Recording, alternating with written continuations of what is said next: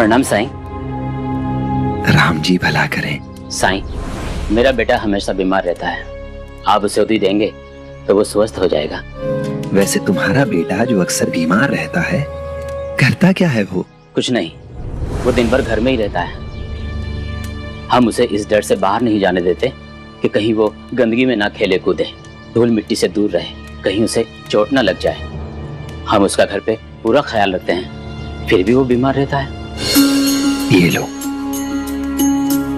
अपने बच्चे को घर से बाहर निकलने दो, खेलने कूदने दो, उसे दौड़ने भागने दो। खेलने से बच्चों का सिर्फ शारीरिक ही नहीं, उनका मानसिक विकास भी होता है। और अगर खेलते समय थोड़ी बहुत चोट लग भी जाए तो वो भी उसे मजबूत ही बनाएगी। वो सब तो ठीक है साईं, लेकिन शिरडी में सभी जात पात के बच्चे, चाहे वो अमीर हो या गरीब, एक साथ खेलते हैं, कूदते हैं। और आपको तो पता ही होगा कि गरीब बच्चे ज्यादा साफ सफाई नहीं रखते। बस इसीलिए हम अपने चारों ओर इस प्रकृति को देखो। ये पेड़ पौधे, ये पशु पक्षी, ये जीव जंतु, यहां तक कि हम इंसान भी इस प्रकृति से ही पोषित होते हैं।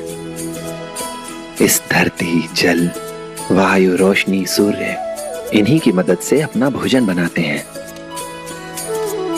और तुम अपने बेटे को घर के अंदर रखकर इस प्रकृति से दूर कर रहे हो। अच्छा, एक बात बताओ, अगर अपने बच्चे को इतना सुरक्षित रखते हो तो उसे पौष्टिक आहार ही देते होगे। कम से कम जिन बच्चों को तुम गंदा कहते हो, गरीब कहते हो, उनसे तो बेहतर ही खाना देते होगे। अब सोचो, जिन बच्चों को तुम गरीब या गंदा समझते हो, उनके साथ अगर तुम्हारे बेटे को दौड़ने के लिए कहा जाए तो क्या लगता है तुम्हें, कौन जीतेगा? वो गरीब का बच्चा ही, क्योंकि मेरा बच्चा तो उनकी तरह कभी दौड़ा ही नहीं। तुम अपने बेटे को पौष्टिक आहार तो दे रहे हो, लेकिन उस आहार से मिलने वाली ऊर्जा को जलाने के लिए अवसर नहीं दे रहे हो उसे। उसे बाहर निकलने दो, घर से खेलने दो, हर तरीके का खेल खेलने दो, सबके साथ खेलने दो।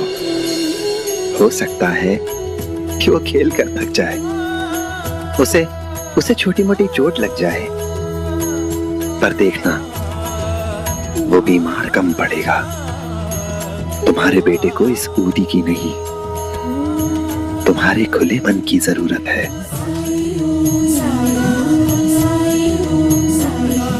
शुक्रिया साईं, मेरी आंखें खोलने के लिए और मेरी गलती को मुझे समझाने के लिए। अब से मैं अपने बच्चे को बाहर जाने से बिल्कुल नहीं रोकूंगा। मैं चलता हूँ।